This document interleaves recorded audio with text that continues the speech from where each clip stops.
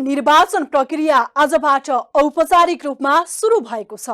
निर्वाचन आयोगले समानुपातिक तर्फको दलहरूका उम्मेदवारको सूची बुझाउन दलहरूलाई आह्वान गरेको मिति आजबाट सुरु भएसँगै निर्वाचनको औपचारिक प्रक्रिया सुरु भएको हो।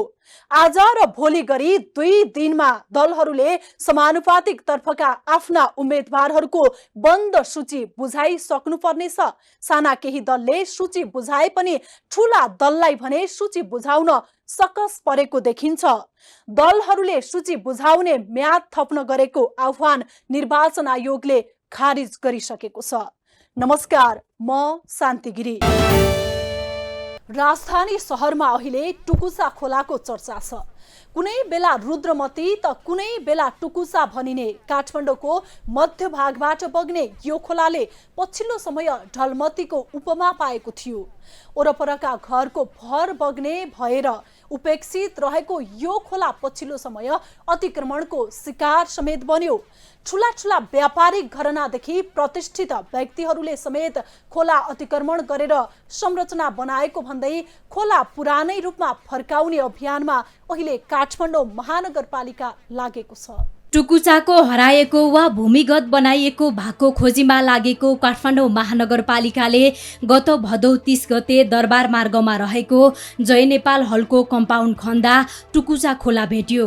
महानगरले नक्सा अनुसार गरेको मार्किङका आधारमा उत्खनन गर्दा जय नेपाल हलको कम्पाउन्डमा 15 फिट गहिरो खन्दा टुकुचा खोला भेटिएको हो। नारायणहिटी दरबार क्षेत्रबाट निस्किएको टुकुचा खोला यही ठाउँबाट गायब थियो। खोला खोज्ने क्रममै महानगरले असोज 1 गते कमलादी स्थित लक्ष्मी बैंक नजिकै पनि टुकुचा खोला भेटाएको छ। यहाँ 10-12 फिट तल टुकुचा खोला भेटिएको छ। गत साउन 12 गते खोलाको बहाव क्षेत्र पत्ता लगाउनका लागि महानगरले सूचना जारी गरेको थियो। महानगरले खोलामाथि अवैध रूपमा बनेका संरचना हटाउन पनि भनेको थियो। तर यो काम नभएपछि महानगर अनुगमनका लागि त्यहाँ पुगेको हो। विगत लामो समयदेखि स्थानीयहरूले टुकुचा खोला अतिक्रमण गरेर संरचनाहरू निर्माण भएको भन्दै उत्खननको माग गर्दै आइरहेका थिए। तर महानगरले त्यहाँ बनेका संरचनाहरू यत्तिकै भत्काउन नहुने कुरा पनि उठिरहेको छ। केही स्टडी नपुगेको हो कि अथवा मान्छेले जति गरे पनि मान्दैन भनेर यस्तो एक्सन लिएको हो कि त्यो थाहा छैन। तर स्टेक होल्डर्सलाई केही राहत अथवा राम्रोसँग सेयर गरेर गरेको भए सायद यतातिरको कसैले पनि त्यति आपत्ति जनाउँदैन थियो कि भन्ने मेरो पर्सनल भ्यू हो। यसो त महानगरले डोजर चलाएको टुकुचा खोलाको भूमिगत सुरुङ आजभन्दा 130 वर्ष अघि तत्कालीन प्रधानमन्त्री वीर शमशेर राणाले बनाएको तथ्य भेटिएको छ। नारायणहिटी दरबारबाट निस्कने बेला नै टुकुचालाई जमिनको सतह भन्दा 15 फिट मुनि 440 मिटर लामो सुरुङमा हालेर जय नेपाल हलको आँगन हुँदै 3 धारा मार्ग स्थित काठमाडौँ प्लाजाको सिमानासम्म पुर्याइएको छ। त्यसैले जय नेपाल हलदेखि काठमाडौँ प्लाजासम्म टुकुचा कहीँ कतै देखिन्न। त्यही बेला सुरुङ बनाएर टुकुचा छोपिएको अवस्थामा नक्सा पास सहित जग्गा किनेर भोगचलन गर्नेहरूलाई दोष लगाउन नहुने स्थानीयहरू बताउँछन्। यो त ठुलो समस्या हो नि। मौलिक हकको अनन्त भयो। यहाँ गल्ती त यहाँ बस्ने व्यक्तिको, यहाँ सम्पत्ति हुने व्यक्तिको मात्रै त छैन, सरकारको पनि गल्ती छ, पूर्ववर्ती सरकारहरूको गल्ती छ। त्यति बेला प्रधानमन्त्री भएका सत्येन्द्र महाराज भने पनि सरकारै हो। र त्यसपछि आएको चाहिँ कयौँ सरकारहरू आए, कयौँ सरकारहरू गए। त्यो सरकारहरूको यहाँ गल्तीबाट भएको चाहिँ लगानी, मान्छेको लगानी ध्वस्त हुने अवस्थाहरू त्यो समस्या होइन त। नियम अनुसार जग्गा किन्दा नक्सा पास पनि हुने, जग्गा किनबेच गर्न पनि पाइने, तर बनेका संरचना भत्काइने काम स्थानीयका लागि समस्याको विषय बनेको छ। आफूले नियम अनुसार बनाएका संरचना भत्काउँदा र लालपूर्जा भएको जग्गा मासिदा क्षतिपूर्ति पाइन्छ कि पाइँदैन भन्ने प्रश्न पनि स्थानीयहरूको छ। नेपालको कानुन बमोजिम मान्छेले जग्गा किन्ने, नेपालको कानुन बमोजिम मान्छेले नक्सा पास गरिकन घर बनाउने, नक्सामा खोला नदेखिने, अनि घर बनाइसकेपछि आएर कसैको घर चाहिँ संरचना बिग्रियो भने वा कसैको जग्गा गयो भने त्यसको क्षतिपूर्ति कहाँबाट पाउने, यसको चाहिँ निराकरण कसरी हुने त? किनारमा 4 मिटर छाड्नुपर्ने नियम उल्लङ्घन गरी साँध मिचेर घरहरू बनेकाले धेरै ठाउँमा पानी भएको ठाउँसम्म पुग्न नसकिने अवस्था पनि छ। महानगरले यो ठाउँ मात्र नभएर अरू ठाउँमा पनि हेर्नुपर्ने स्थानीयहरूमा भनाइ छ। जय नेपाल हलदेखि कमलादीको सिटी एक्सप्रेससम्म बाहेक पनि टुकुचा खोला धेरै ठाउँमा मिचिएको छ। त्यस्तै धेरै ठाउँमा टुकुचा अहिले फोहोर र ढल बग्ने नाली जस्तो अवस्थामा परिणत भएको देखिन्छ। धेरै ठाउँमा ढलकै रूपमा देखिएको टुकुचा खोलेपछि त्यो क्षेत्रमा पनि दुर्गन्ध फैलन सक्ने कुरालाई महानगरले विचार गर्नुपर्छ। बजारको तपाईँ पुल लिएर जानुहोस्, त्यहाँ त दुर्गन्ध छँदैछ। शङ्करदेवको टुकुचा खसी बजार लिएर जानुहोस्, त्यहाँ त दुर्गन्ध छँदैछ भने त्यो दुर्गन्ध यहाँ फैलिरहेको त्यसलाई त रोकथाम गर्नुपर्ने विभिन्न अब के उपाय लगाएर रोकथाम गर्ने पर्ने हो भन्ने अवस्थामा यदि प्रोजेक्ट चाहिँ बिचमा अड्कियो वा कुनै कारणले हुन सकेन वा यहाँ मात्रै भयो र अन्त भएन वा पानी सफा गरेर माथिदेखि चाहिँ पानी सफा गर्दै ल्याउने कार्यक्रम चाहिँ कुनै तरिकाले सम्पन्न हुन सकेन भने यहाँका जनता मात्रै मारमा परेन नि त, सम्पत्ति पनि गयो, दुर्गन्ध पनि खानु पर्यो, अरू कतिवटा अब के समस्या भोग्नुपर्ने हो होइन, कतिको सुकुम्बासी हुनुपर्ने अवस्था पनि होला, एक दुईजनाको त्यस्तो अवस्था पनि होला।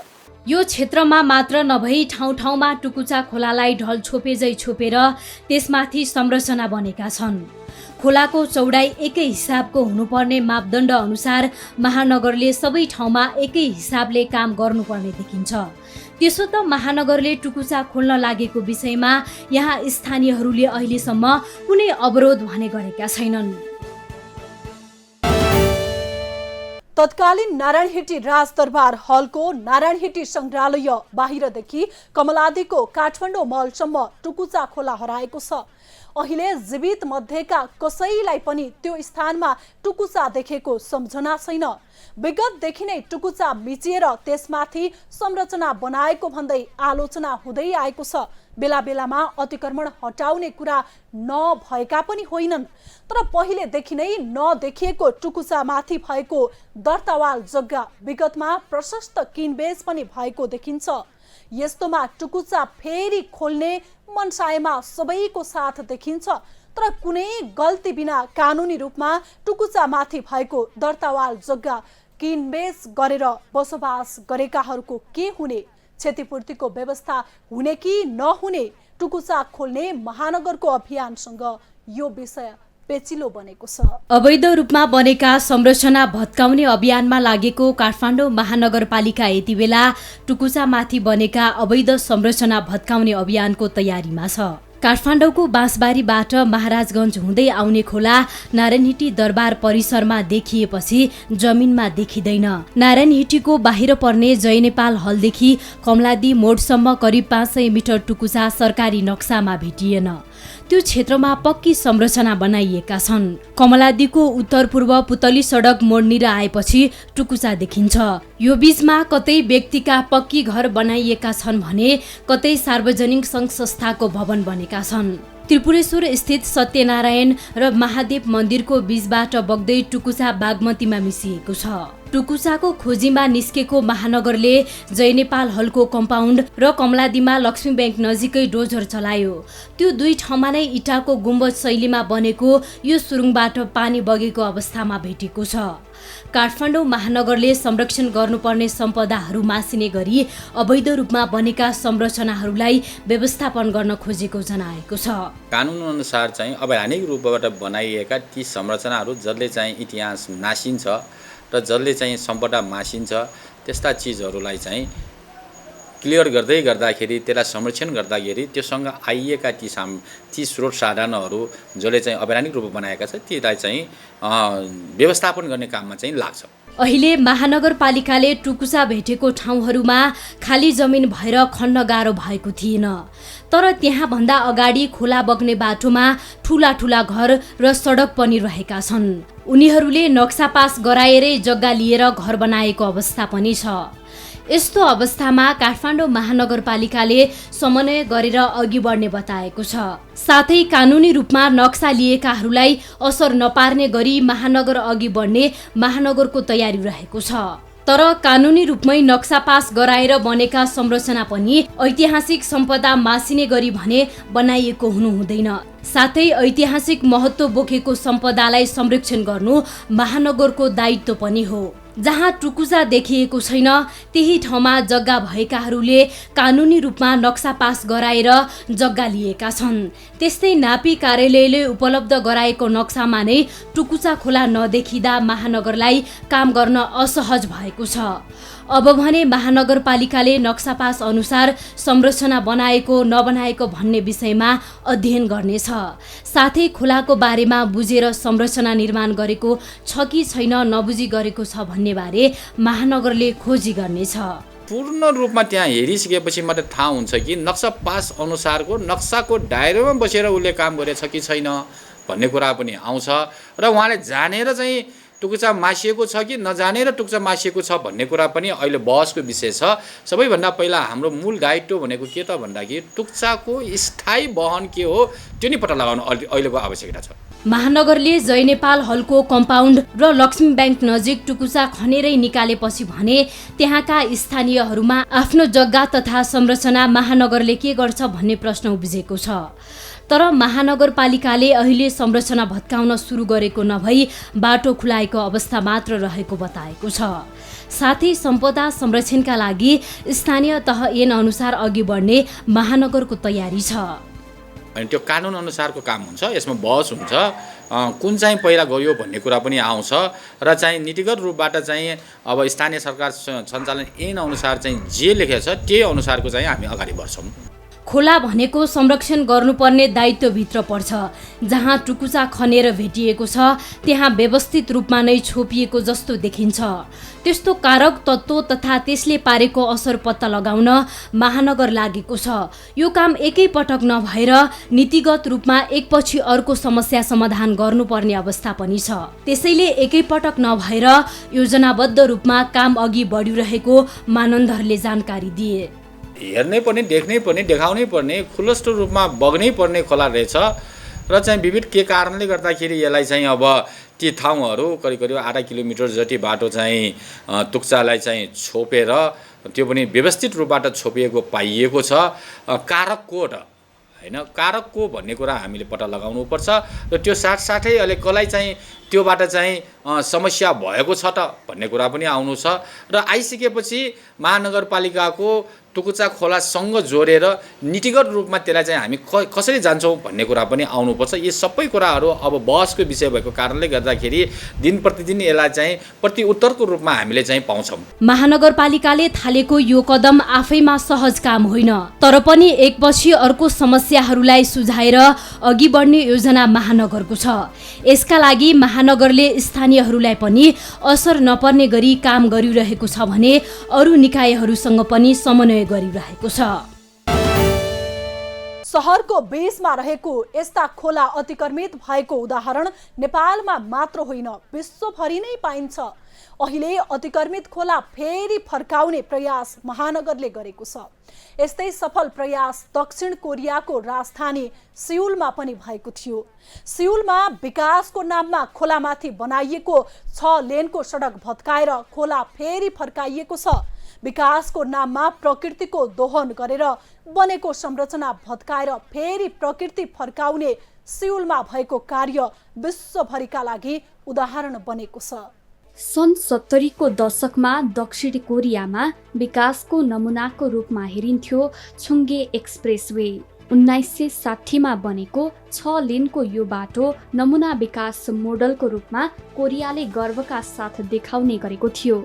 विश्वकै मेगा सिटीको रूपमा चिनिएको तत्कालीन समयमा 2 करोड 30 लाख जनसङ्ख्या भएको सिउल सहरको हजारौं ट्राफिक दैनिक यही 6 लेनको छुङ्गे एक्सप्रेसवेबाट ओहोर दोहोर गर्थे। छुङ्गे एक्सप्रेसवे सिउलमा बग्दै आएको खहरे खोला छुङ्गे चुनमाथि बनेको थियो।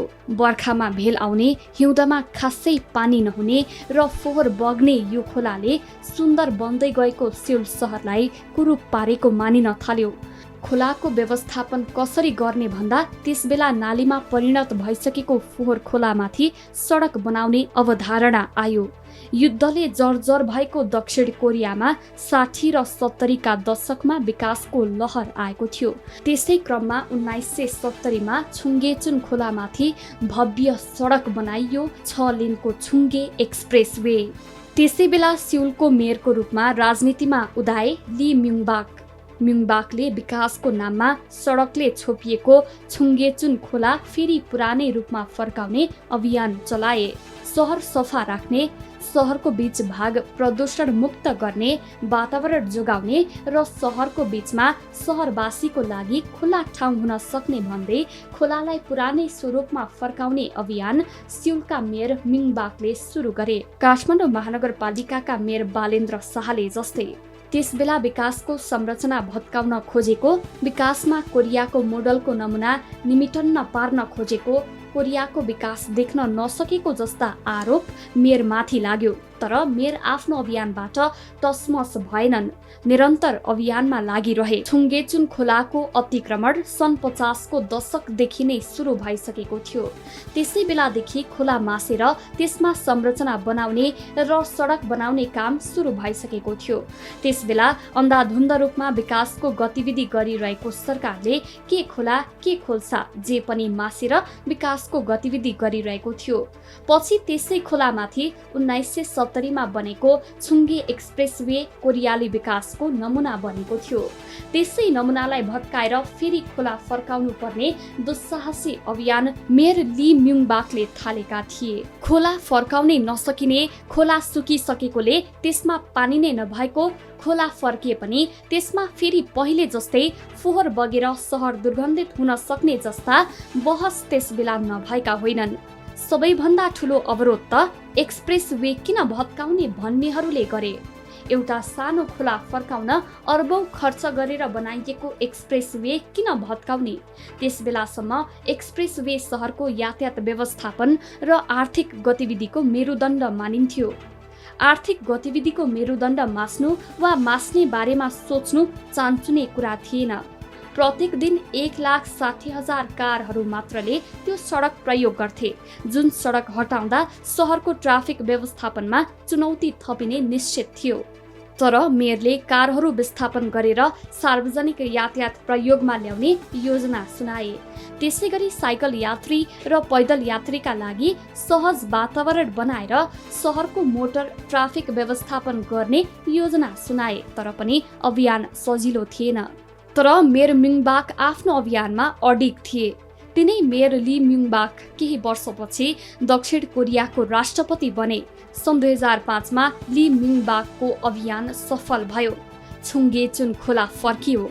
खोलामा छुङ्गेचुन वाटर पार्क निर्माण भयो।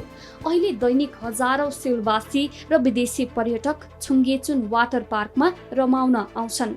छुङ्गेचुन विश्वमा नै नदी पुनर्स्थापनाको नमुना बनेको छ। अहिले त्यस क्षेत्रमा हावाको गुणस्तर पनि निकै सुधार भएको छ। नदी पुनर्स्थापना अघि त्यस वरपर 74 माइक्रोग्राम रहेको प्रदूषण अहिले घटेर 48 माइक्रोग्राम पुगेको छ। खोला नजिकैको तापक्रम पनि त्यसभन्दा केही परको क्षेत्रभन्दा 3 देखि 4 सेल्सियस कम हुन थालेको छ।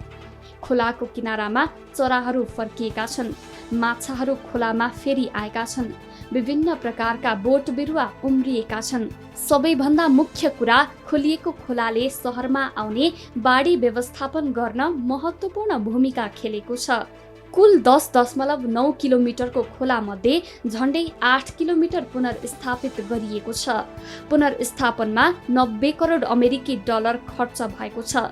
तर नदी पुनर्स्थापनका विरोधीहरूले भने नदीमा पम्पिङ गरेर पानी भर्नुपर्ने अवस्था रहेको बताउँदै नदी फर्काउनुको औचित्यमाथि प्रश्न उठाउने गरेका छन्। त्यसैगरी पुनर्स्थापनाले आम जनताको जीवनस्तरमा के सुधार आयो भन्दै आलोचना पनि हुने गरेको छ। काठमाडौँका मेयर बालेन्द्र शाह अहिले टुकुचा फर्काउने अभियानमा लागेका छन्। सँगै टुकुचामा रहेको सुरुङको पुरातात्विक महत्त्वको कुरा पनि उठेको छ। राणा कालको वास्तुकलाको नमुना भत्काउन नहुने विचार उठेका छन्।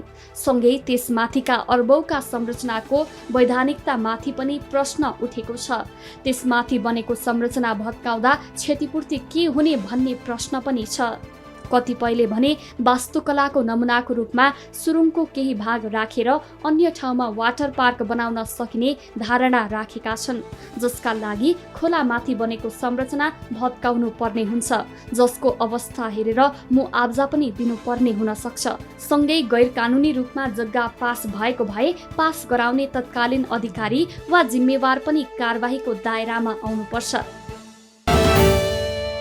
समानुपातिक निर्वाचन प्रणालीको व्यवस्था देशमा रहेका र प्रत्यक्ष निर्वाचनबाट संसदमा प्रतिनिधित्व गर्न नसक्ने विभिन्न जात जाति समुदाय र वर्गको प्रतिनिधित्व होस् भनेर गरिएको हो। यसको केही प्रयास पहिलो संविधान सभामा भएको थियो, तर त्यस यता समानुपातिक सिट भनेको संसदमा जाने सजिलो बाटो बनेको छ। प्रत्यक्ष निर्वाचित हुन नसक्ने नेताहरूका लागि अनि पार्टीहरूलाई पैसाको व्यापार बनेको छ। पैसा बुझाएर सांसद बन्ने परिपाटीले उत्कृष्ट मानेर संविधानमा व्यवस्था गरिएको समानुपातिक प्रणाली नै बदनाम भएको छ। हस् त आजलाई न्युज या टुडे यति नै। हामी सबैलाई बिदा दिनुहोस्। नमस्कार।